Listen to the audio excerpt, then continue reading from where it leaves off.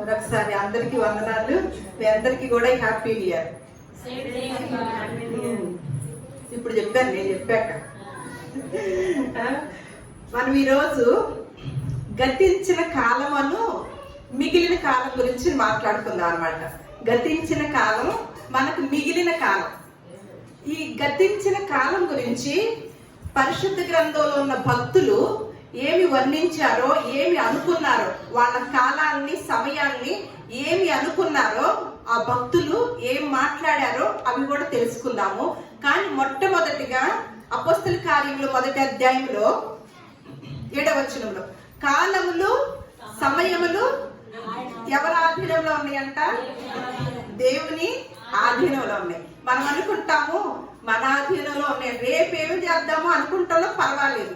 కానీ భవిష్యత్తులో కొన్ని తరాల వరకు ఆలోచిస్తూ ఉంటారు కొంతమంది. ఒక తరం కాదు. ఒక ఆయన అంటున్నాడు, 4 తరాల వరకు అండి మా పిల్లలకి దిగులు లేదండి, అట్లాంటి చోటకి వెళ్ళారు అంటున్నారు. బాగా వాక్యం తెలిసిన ఆయన. 4 తరాల వరకు కూడా మనం ఏమన్నా తెలుసుకుంటాం, చూస్తామా? అసలు అలాగే ఉంటది. మనం అనుకున్నట్టే 4 తరాలు ఉంటాయని మనకు తెలుసా? బైబిల్ గ్రంథంలో ఏముంది? కాలములు, సమయాలు తండ్రి తన స్వాధీనములో ఉంచుకున్నాడు, అది మీ పని మాత్రము కాదు అని కరాఖండిగా తెలియజేశాడు అనమాట. అలా చెప్పి మనకంటూ కొన్ని దినాలు నియమించాడు, మనకంటూ కొంత ఆయుష్ని నియమించాడు అనమాట. ఆ ఆయుష్ నియమించిన దానిలో దావీదు గారు ఒక మాట అంటున్నాడు అనమాట. దాని గురించి కూడా క్లీన్ గా మాట్లాడతాడు దావీదు గారు. 139వ కీర్తన 16వ వచనం చూద్దాం. 139వ కీర్తన. నేను బైబిల్ తీయగానే మీరు టకటకా తీసి పెద్దగా చదవండి. ఇక్కడ ఉన్న సులోచన పెద్దగా చదవాలి. నేను పిండములై ఉండగా నీ కన్నులు నన్ను చూచెను, నియమింపబడిన దినములలో ఒకటైనా కాకమునిపే నా దినములన్నీ నీ గ్రంథంలో లిఖితములాయెను. అంతవరకే. ఏమని చెప్తున్నారండి ఇక్కడ దావీదు గారు? నేను పిండమునై ఉండగా నీ కన్నులు నన్ను చూసిని. నాకు ఈ లోకంలోకి వచ్చి ఒక్క దినమైన నువ్వు నిర్ణయించావే నా దినాలు, ఆ దినములు ఒక్కటైనను కాక మునిపే మన దినాలన్నీ కూడా ఎక్కడ లిఖితమై ఉన్నాయంట? ఆయన గ్రంథములో లిఖితములైని అని దావీదు గారు అన్నారు. అంటే మనకు తెలియనట్లే కదా, మనకు తెలియదు, మన దినాలు ఎన్నో తెలియదు. కానీ దేవుడు ఏం చేశాడు? ఒక్కొక్కరికి ఒక్కొక్క ఆయుష్ని రాసి ఉంచాడు అనమాట. రాసి ఉంచినప్పుడు మొట్టమొదటిగా మనకి పాత నిబంధనల నుంచి ఆదాము దగ్గర నుంచి చూస్తే ఎన్ని సంవత్సరాలు బ్రతికారండి? 1000 సంవత్సరాల ఆయుష్లో బాగా ఎక్కువ సంవత్సరాలు బ్రతికిన ఆయన బైబిల్ గ్రంథంలో మొత్తంలో ఎవరు? మెతూషెల తర్వాత బ్రేక్, మెతూషెల తర్వాత ఆదాము గారే. ఎవరు? మెతూషెలకే ఎక్కువ ఆయుష్ అక్కడ, తర్వాతే మరి అదే కదా. అయితే ఆయన బ్రతికారు కదా. తర్వాతి కాలానికి వచ్చేసరికి, మోషే గారి కాలానికి వచ్చేసరికి ఎలా కుదించబడిందండి? 1000 సంవత్సరాలు ఇచ్చాడే పాత కాలంలో దేవుడు నియమించాడే. మరి మోషే గారి దగ్గరికి వచ్చేసరికి ఎంత ఆయుష్ ఇచ్చాడు? 120 కదా. ఆయన 150 సంవత్సరాల లోపు అలా ఇచ్చి ఆయన బ్రతికిన దినాలు ఎన్ని? మోషే గారు 120 సంవత్సరాలు. ఆ సమయంలో కూడా ఆయనకి కంటి చూపు తగ్గలేదంట. ఇంకేం తగ్గలేదు? ఒంటిలో సత్తువ తగ్గలేదంట. ఇప్పుడున్న పిల్లలకి ఎంత వయసు? ఇప్పుడే నీరసంగా పెట్టింది ఫేస్. ఎంత వయసు మన వయసు? మన వాళ్ళందరూ అలసిపోయి అటు ఇటు తిరిగి వస్తున్నారు. 120 సంవత్సరాలు అయినప్పటికీ కూడా కంటి చూపు తగ్గలేదంట, ఒంటిలో సత్తువ తగ్గలేదంట మోషే గారు. ఆ మోషే ఏమంటున్నాడంటే, ఒకసారి 90వ కీర్తనలో చూడండి, 10వ వచనం. 90వ కీర్తన 10వ వచనం. ఓకే.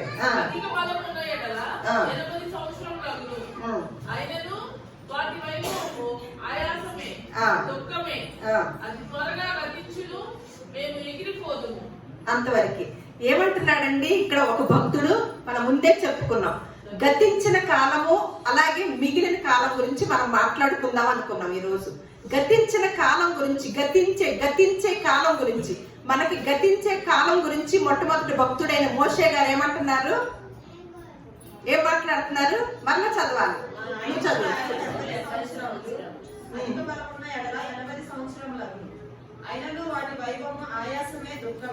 70 సంవత్సరాలు లేదు, అధిక బలం ఉన్న ఎడల 80 సంవత్సరాలు. అది కూడా ఏంటంట? ఆయాసం అంట. తర్వాత వచ్చిన అది త్వరగా ఏంటది? మనకెలా ఉంది? త్వరగా గతించినట్లుగా ఉందా?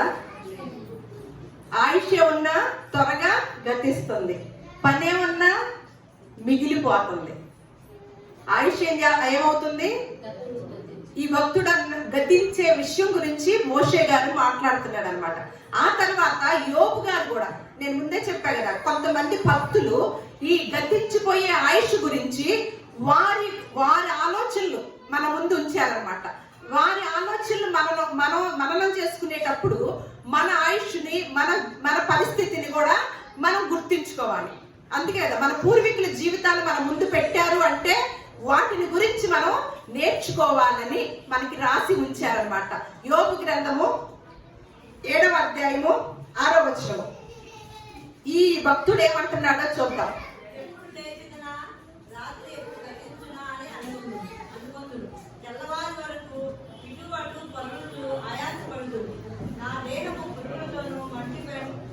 యోబు గ్రంథము 7వ అధ్యాయము 6వ వచనము.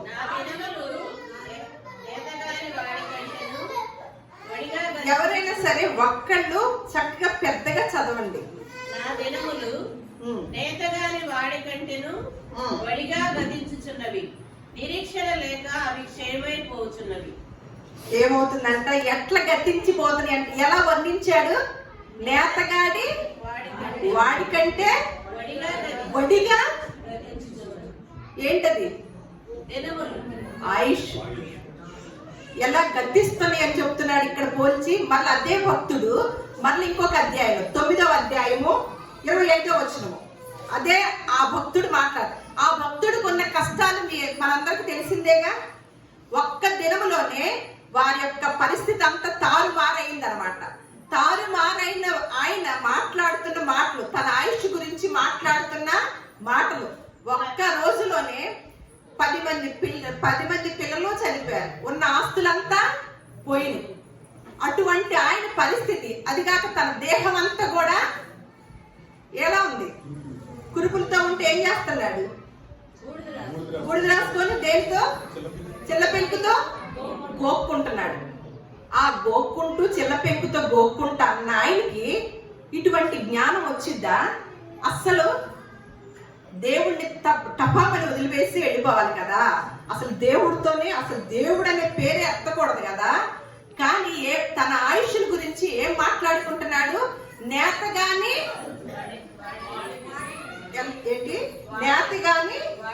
వాడి వలె.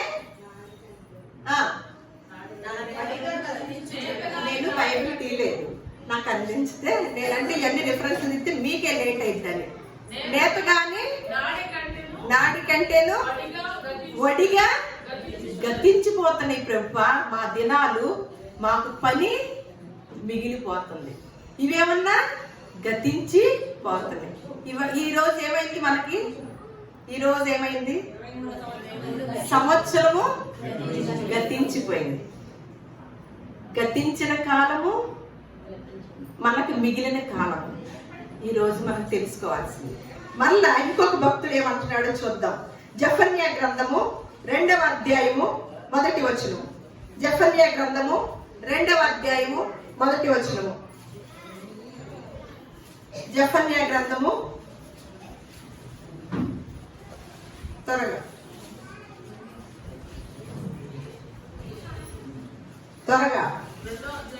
1వ వచనం నుంచి 2వ వచనం.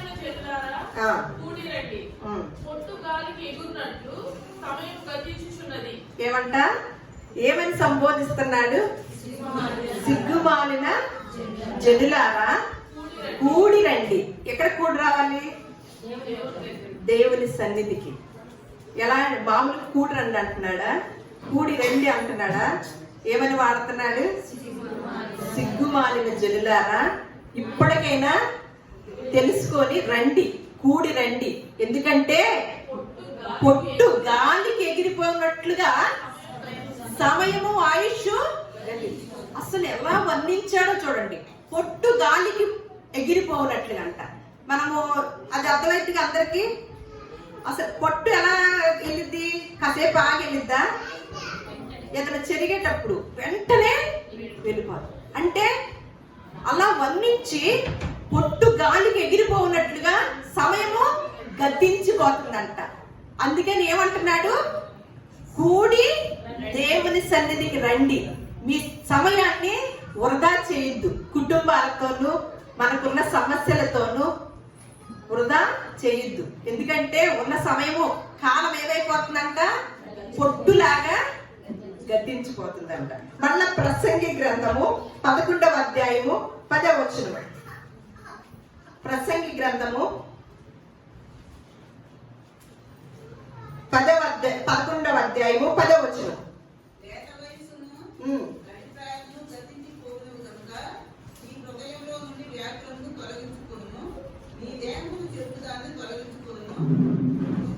రాకముందే ఇప్పుడు వీటి ఎందు నాకు సంతోషం లేదు నేను చెప్పు సంవత్సరములు రాకముందే తేజస్సులకును సూర్య చంద్ర నక్షత్రములకును చీకటి కమ్మకముందే వాన వెలిసిన తర్వాత మేఘములు మరలా రాకముందే నీ బాల్య జన్మలందే నీ సృష్టికర్తము స్మరణకు తెచ్చుకోండి. ఆ దినమున అంతవరకు ఏంటంట? లేత వయస్సును నడిప్రాయమును. నేను చదువుతాను. ఏమంటున్నాడంటే లేత వయస్సును నడిప్రాయమును గతించిపోవునవి గనుక నీ హృదయంలో నుండి వ్యాకులములను తొలగించుకొను. ఎందుకంటే నీ దేహాన్ని పాడు చేసేది, నీ దేహాన్ని పాడు చేసేది నీ హృదయం ఏదన్నా ఉంటే దాన్ని ఏం చేయమంటున్నాడు? ఇవన్నీ కూడా లేత వయసు అయినప్పటికీ, నడిప్రాయం అయినప్పటికీ, ముసలితనం అయినప్పటికీ కూడా గతించిపోతుంది. కానీ ఎటు పోయేవాళ్ళమే కదా. ఈ లోపల ఉన్న దాని వలన ఈ దేహం ఏమవుతుందంట? శిక్షకేనా వెళ్ళిద్ది మనం చేసుకునే దాన్ని బట్టి. దాని గురించి అంటున్నాడు ఏమని? నీ దేహమును చెరుపు దానిని తొలగించండి. నీ దేహాన్ని ఏమైనా ఒక బలహీనత ఉండి చెరిపేస్తుందా? దాన్ని ఏం చేయమంటున్నాడు? నీ దేహం లోపల, నీ హృదయంలో ఏదైనా ఒక బలహీనత ఉండి, దేవుడికి విరుద్ధమైన బలహీనత ఏదైనా ఉంటే దాన్ని త్వరగా తీసుకోమంటున్నాడు, తొలగించుకోమంటున్నాడు. ఎందుకు? దేహానికి శిక్ష వచ్చింది కాబట్టి. మరి ఇంకో చోట చూద్దాము. ఇది పాత నిబంధనల గ్రంథంలో ఇవన్నీ చూసామన్నమాట. క్రొత్త నిబంధన గ్రంథానికి వచ్చేసరికి 1 పేతురు రాసిన పత్రిక 4వ అధ్యాయము 3వ వచనం. ఏమి మానమంటున్నాడు? మనకంతా నూతన సంవత్సరం అంటే ఎలా ఉంటుందంటే చాలా మందికి హ్యాపీగా ఉంటుంది కదా. బాగా ఇవాళ మాత్రం ఎంజాయ్ చేస్తారు. సంవత్సరం అంతా బాధపడినప్పటికీ చాలా మంది అలా ఉంటారు కదా. కానీ మళ్ళీ రేపు 1వ తారీఖు అవగానే కాస్త ఈ యొక్క విధానం అంతా 2 రోజులు ఉంటుంది అంత, ఈ కొత్త దానం అంతా. ఆ తర్వాత మళ్ళీ ఏదో మామూలు ఇక అంతే. కానీ మన బ్రతుకులకి మార్చుకునే ఏదైనా ఒక విధానాన్ని మనము అనుసరించుతున్నామా లేదా అని మనం ఏ సంవత్సరం కూడా పరిశీలించుకోమండి. ప్రతి సంవత్సరం వస్తుంది పోతుంది. కొత్త సంవత్సరం ఏమైనా ఉందా? సూర్యుడు ఉదయిస్తున్నాడు, అస్తమిస్తున్నాడు. అలాగే ఒక రోజు అవ్వాలంటే ఏమవుతుంది? ఏం చేయాలి? ఏం జరగాలి? అక్కడ ఖగోళంలో ఒక రోజు అవ్వాలంటే ఏం అవ్వాలి? ఏం జరగాలి ఖగోళంలో? చదువుకున్న వాళ్ళు తక్కువ చెప్పండి. నీ పేరేంటి? పేరు యశ్వంత్. ఒక రోజు అవ్వాలంటే ఏం జరిగిద్ది ఖగోళంలో? ఒక రోజు జరగాలంటే ఏం జరగాలి ఖగోళంలో?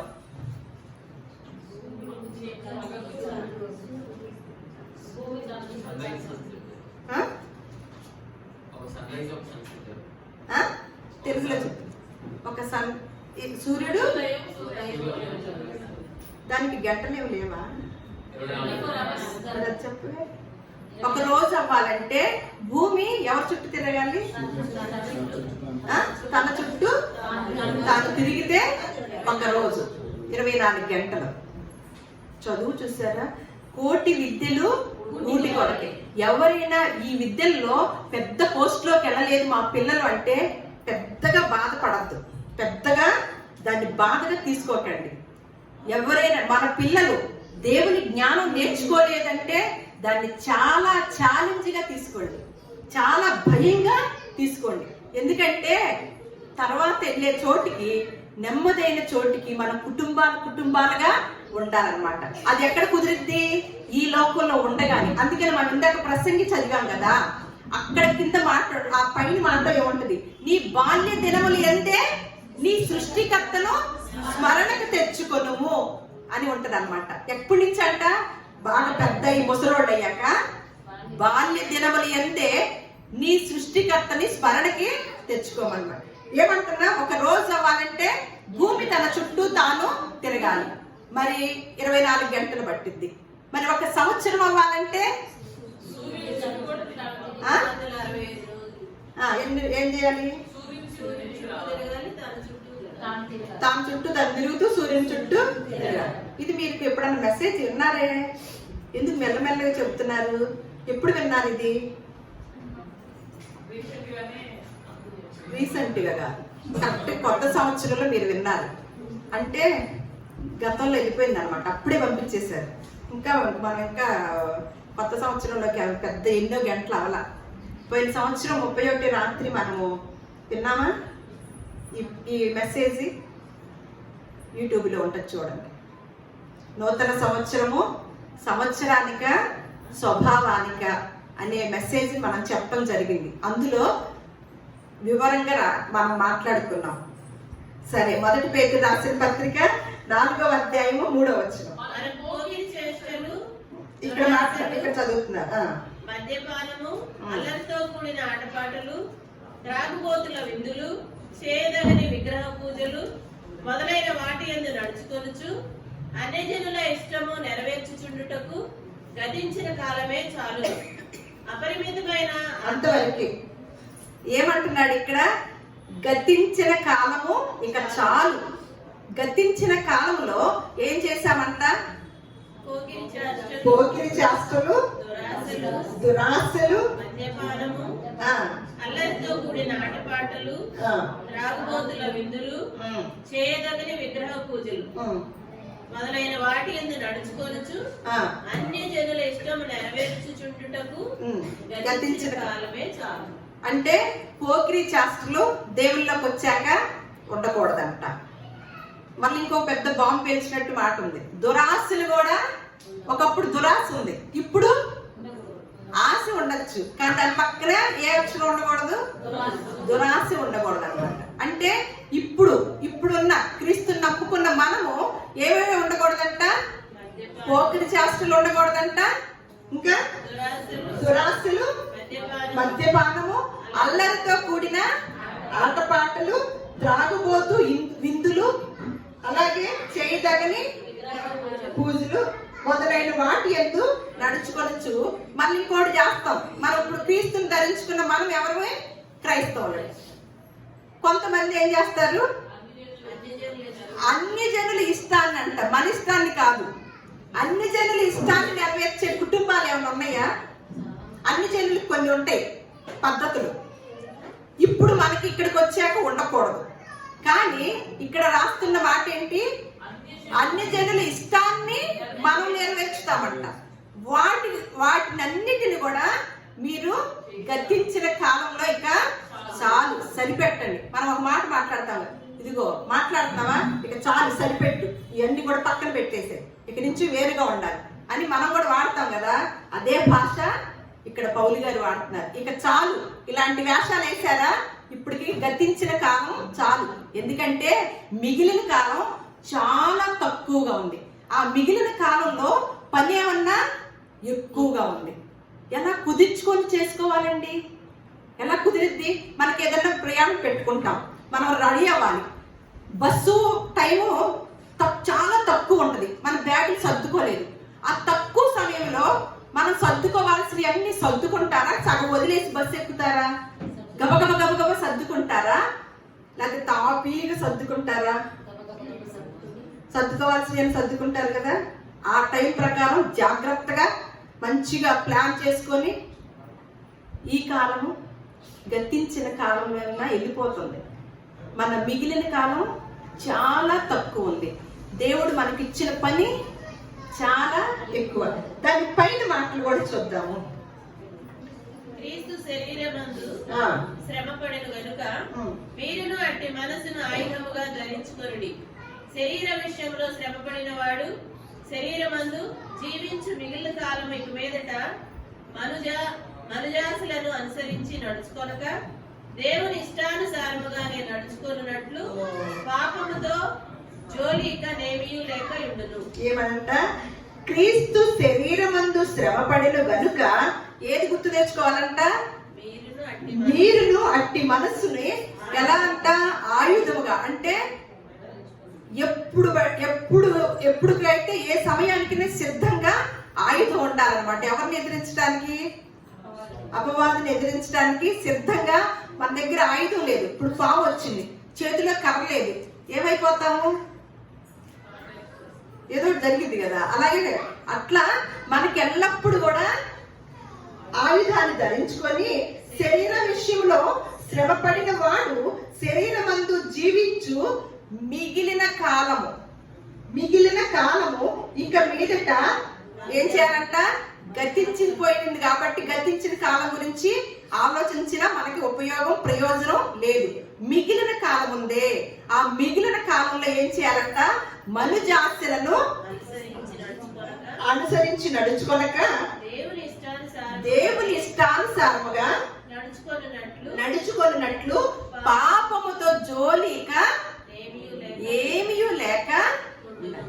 పాపం అనేది మన దరిదాపుల్లో లేకుండా ఉండాలంటండి. ఎఫెసీయులకు రాసిన పత్రిక 5వ అధ్యాయం 4వ వచనం. ఎఫెసీయులకు రాసిన పత్రిక 5వ అధ్యాయం 4వ వచనం. కృతజ్ఞతావచనమే మీరు ఉచ్చరింపవలెను గాని మీరు బూతులైనను పోకిరి మాటలైనను సరసోక్తులైనను ఉచ్చరింపకూడదు, ఇవి మీకు తగవు. వ్యభిచారి అయినను. అంతవరకే. ఇక్కడ ఏమంటున్నాడు? అసలు బైబిల్ గ్రంథంలోనండి, పరిశుద్ధ గ్రంథంలో, ఈ భూలోకంలో క్రమశిక్షణగాను గౌరవప్రదంగాను జీవించడానికి ఎన్ని సూత్రాలలో ఉన్నాయండి. మనలో ఒక ఇతరులు మనల్ని గౌరవించడానికి మనకి ఆస్తిపాస్తులు ఉండక్కర్లా, అందచందాలు ఉండక్కర్లా, పెద్ద డిగ్రీలు ఉండక్కర్లా. యేసుక్రీస్తు వారు చెప్పిన విధముగా నడిస్తే అంతే, ఎవరైనా మనల్ని గౌరవించుతారనమాట. ఇక్కడ ఏమంటున్నాడు? ప్రతి కృతజ్ఞతా వచనమే మీరు ఉచ్చరింపవలను. మనం ఎవరితో మాట్లాడినా ఏం మాట్లాడమంటున్నాడు? నిజంగానే మాట్లాడుతున్నామా? కృతజ్ఞతా వచనం అంటే ఏంటి? కృతజ్ఞత కలిగి కదా, వారు ఏదో చేస్తేనే కదా మనకు కృతజ్ఞత కలిగి ఉండటం. ఇక్కడేమో దానికి ముందు వారు చేశారు కాబట్టి మీకు కృతజ్ఞతా వచనమే ఉండాలని రాశాడా? పక్కన ఏదైనా చేసిన పని ఉందా? ఇప్పుడు మనం కృతజ్ఞత వచ్చిన థ్యాంక్స్ ఎవరికి చెప్తాం? థ్యాంక్స్ ఎవరికి చెప్తాం? సరే, చిన్న భాష ఇంగ్లీష్ లో చెప్తే కానీ మీకు అర్థం అవుతుంది. చేస్తేనే కదా. ఇక్కడ ఎందుకు రాయలే? చేసిన మాట చేయకుండానే కృతజ్ఞత వచ్చిన చెప్తామా? అసలు చేసిన వాళ్ళకే లేదు దిక్కు. చేసిన వాళ్ళకే థ్యాంక్స్ చెప్పరు కదా చాలా మంది. కానీ చెయ్యకుండానే మన నోరు తెరిస్తే ఏమి వచనాలు రావాలంట? కృతజ్ఞత వచనములే పలకవలెను. కానీ మీరు బూతులైనను పోకిరి మాటలైనను సరసోక్తులైనను. అంటే మన నోట ఏం మాటలు రాకూడదండి? పోకిరి మాటలు, బూతులు, సరసోక్తులంట. ఎంత క్రమశిక్షణను, ఎంత నియమము, ఎంత కట్టడ పెట్టాడండి. కండిషన్ ఇది, అంతే. దేవుడు చెప్పాడంటే అలా జీవించాల్సిందే. మన నోట్ అంటే ఏమి రాకూడదంటే క్రీస్తును ధరించుకున్నాక పోకిరి మాటలు, బూతులు, సరసోక్తులు ఉచ్చరింపకూడదంట. ఇవి అసలు మీకు తగవు అంతే చెప్పేశాడు అని కృతజ్ఞతావచనమే మాట్లాడుకోవాలంట. ఒకసారి హెబ్రీయులకు రాసిన పత్రిక 11వ అధ్యాయము 24వ వచనం చూద్దాం. హెబ్రీయులకు రాసిన పత్రిక 11వ అధ్యాయము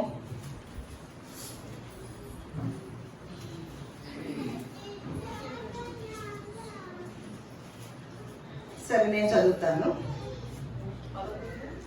24వ వచనం నేను చదువుతున్నాను. మోషే పెద్దవాడైనప్పుడు విశ్వాసమును బట్టి ఐగుప్తు ధనము కంటే క్రీస్తు విషయమైన నింద గొప్ప భాగ్యమని ఎంచుకొని అల్పకాలము పాప భోగము అనుభవించుట కంటే దేవుని ప్రజలతో శ్రమ అనుభవించుట మేలని యోచించి ఫరో కుమార్తె యొక్క కుమారుడని అనిపించుకొనుటకు ఒప్పుకొనలేదు గాని ఎలాగనగా అతడు ప్రతిఫలముగా కలగబోవు బహుమానము ఎందే దృష్టి ఉంచెను. ఏంటంటండి ఇక్కడ ఎందుకన్నాడు, ఏమంటున్నాడు? ఈ యొక్క జీవితాన్ని ఎలా పోల్చుకున్నాడు? మోషే గారిని ఏమన్నా ఒక రాణి తీసుకెళ్లి రాజుగా చేయాలనుకుంది. మనల్ని ఇక్కడి నుంచి ఒక పిల్లని తీసుకెళ్లి ఒక పిల్లవాడిని ఇచ్చి రాజుగా చేస్తామమ్మా అంటే ఆ పిల్లడు వెళ్తాడా? కుర్రవాడిగా ఉన్నప్పుడు వెళ్తాడా? లేకపోతే మాకు రాజు వద్దమ్మా బానిస చాలనుకుంటామా? రాజుగా చెయ్యాలనుకుంది రాణి గారు. కానీ ఏమంటున్నాడు ఈ మోషే గారు?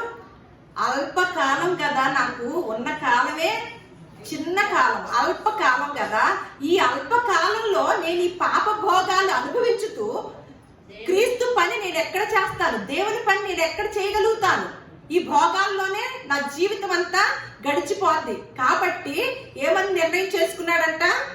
మోషే పెద్దవాడైనప్పుడు, విశ్వాసమును బట్టి, మోషే పుట్టినప్పుడు అది కాదు, మోషే పెద్దవాడైనప్పుడు విశ్వాసమును బట్టి ఐగుప్తు ధనం కంటే క్రీస్తు విషయమైన నింద గొప్ప భాగ్యమని ఎంచుకొని అల్పకాలము పాప భోగము అనుభవించుట కంటే దేవుని ప్రజలతో శ్రమ అనుభవించుట. శ్రమ అంటే మేల? శ్రమలు వచ్చినాయండి, అసలు మేల? బైబిల్ గ్రంథం అంతా సిద్ధాంతం ఇలాగే ఉంటది, తారుమారుగా ఉంటది అనమాట. ఏమంటున్నాడు? శ్రమల్లో మేలు కనపడుతుంది. ఎవరికి? మోషే గారిని. ఈ అల్పకాల జీవితం కోసం నేను ఈ రాజభోగాలు అనుభవించాలా?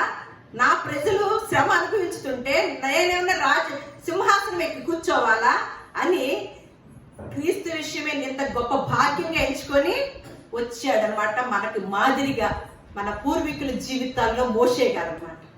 ఒక యోబు గారిని చూసాం, మోషే గారిని చూసాం, ఒక పౌలు గారిని, దావీదు గారిని, ఎంతమందిని చూస్తున్నాం చూడండి. వీరందరూ కాలాన్ని గురించి ఏం చెప్తున్నారు?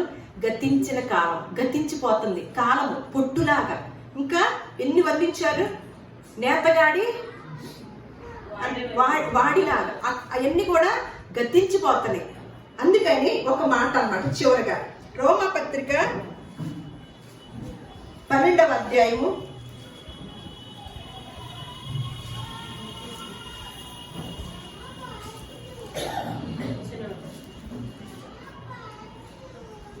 2 మీరు ఈ లోక మర్యాదను అనుసరింపక, ఫస్ట్ నుంచి కూడా చదవచ్చు. కాబట్టి సహోదరులారా, పరిశుద్ధమును దేవునికి అనుకూలమునైన సజీవ యాగముగా మీ శరీరములను ఆయనకు సమర్పించుకొనుడని దేవుని వాత్సల్యమును బట్టి మిమ్మల్ని బతిమాలు కొనుచున్నాను. ఇట్టి సేవ మీకు యుక్తమైనది. మీరు ఈ లోక మర్యాదను అనుసరింపక ఉత్తమమును అనుకూలమును సంపూర్ణమునై ఉన్న దేవుని చిత్తమేదో పరీక్షించి తెలుసుకొనున్నట్లు మీ మనస్సు మారి నూతన మగుట వలన రూపాంతరము పొందుడి. అంతవరకు ఏమంటున్నాడు ఇక్కడ చూడండి. సహోదరులారా, పరిశుద్ధమును దేవునికి అనుకూలమైన. మనం చేసే భక్తి ఎవరికి అనుకూలంగా ఉంటది? నిజంగా చెప్పండి, మనం చేసే భక్తి ఎవరికి అనుకూలంగా ఉంటది? అది బాగా ఎక్స్పీరియన్స్ కదా. మనకు అనుకూలంగానే చేస్తాం, మనకు కుదిరినప్పుడేగా. కానీ ఇక్కడ ఏమంటున్నాడు? దేవునికి అనుకూలముగా సజీవ అంటే బ్రతికుండగానే, చచ్చే కాదు, బ్రతికుండగానే సజీవ యాగముగా మీ శరీరములను ఆయనకు సమర్పించుకోండి. దేవుని వాత్సల్యతను బట్టి మిమ్మును ఎంత బతిమలాడుకుంటున్నాడో పౌలు గారు చూడండి. ఇట్టి సేవ మీకు మంచిది, ఇటువంటి సేవ మీకు మంచిది అని మీరు ఈ లోక మర్యాదను అనుసరించగా ఉత్తమమును అనుకూలమును సంపూర్ణమునై ఉన్న దేవుని చిత్తమేదో పరీక్షించి తెలుసుకొనున్నట్లు మీ మనస్సు మారి నూతన మగుట వలన రూపాంతరము పొందండి అని ఉంది. ఉత్తమమైనది ఏది? ఉత్తమమైనది మరియా అక్క చెల్లెలు కథ తెలుసుగా. మరి ఏమి ఎంచుకుందంట? ఉత్తమమైనది. ఏంటది? యేసుక్రీస్తు వారు వచ్చి బోధ చెప్తుందంటే ఆయన పాదాల ఎద్దరు కూర్చొని బోధన వింటుంది అనమాట. ఉత్తమమైనది ఎంచుకుంది. దేవుని చిత్తం ఏంటి? దేవుని చిత్తం ఏంటి? ఇది చెప్పేస్తే నేను ముగించేస్తాను.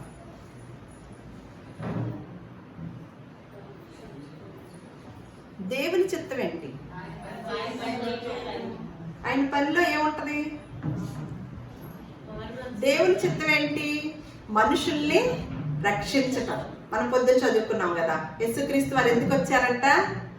ఇందు నిమిత్తమే కదా నేను వచ్చాను అంటున్నాడు కదా. ఇతర సమీప గ్రామాలకు వెళదాము రండి, అసలు ఈ పని చేయటానికే కదా ఈ భూలోకానికి వచ్చాను.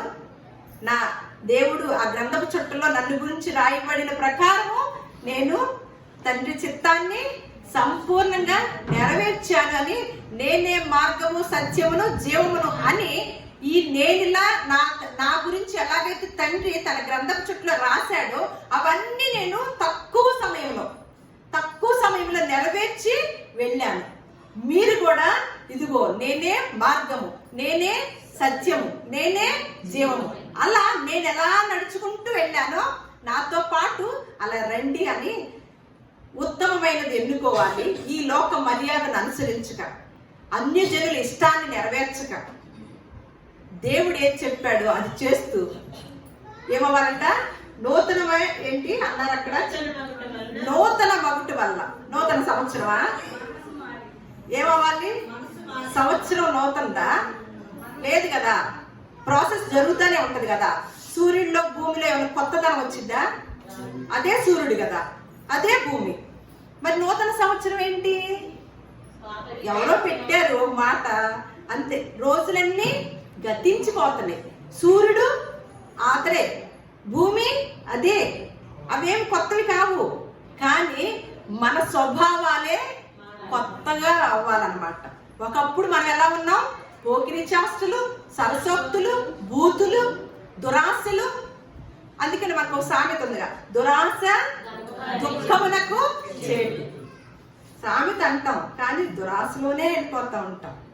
అలా మీ మనస్సులు మార్చుకొని, మీ మనస్సులు నూతన పరుచుకొని రూపాంతరము ఎవరి రూపం రావాలి? క్రీస్తు రూపం రావాలి. అది కొత్త సంవత్సరం యొక్క పరమార్థం అన్నమాట. ఎప్పుడైతే ఆయన యొక్క రూపాంతరంలోకి వెళతామో మన యొక్క ప్రజలు, మన తోటి వాళ్ళందరూ కూడా సంతోషంగా ఉంటారు. ఎందుకంటే మనలో ఇంకొక రూపాంతరం వచ్చిందనుకో ఎలా ఉంటది? కుటుంబం అంతా ఇంకో రూపాంతరం ఉంటది కదా. ఏ రూపాంతరం? అది బాగా పరిచయమే. మెల్లగా చెప్తున్నారే. ఆ రూపాంతరం కనుక ఉంటే డేంజర్. కానీ క్రీస్తు రూపాంతరంలోకి మారితే మాత్రము కుటుంబాలు వర్ధిల్లుతూ ఉంటాయి. ఇటువంటి మాటలు మన హృదయాల్లో దేవుడు ఫలింపచేయను గాక.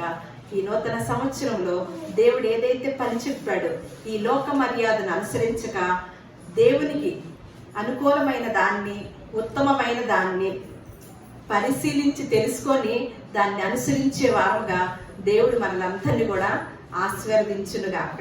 మీ అందరికి కూడా నూతనమైన దీవెనతో దేవుడు ఏదైతే మన పట్ల ప్రణాళిక కలిగి ఉన్నాడో ఆ ప్రణాళిక ప్రకారమే ఈ క్రీస్తు ప్రార్థనా మందిరంలో ప్రతి వ్యక్తి కూడా దేవుడు అలా నడిపించునుగాక. ఆమేన్.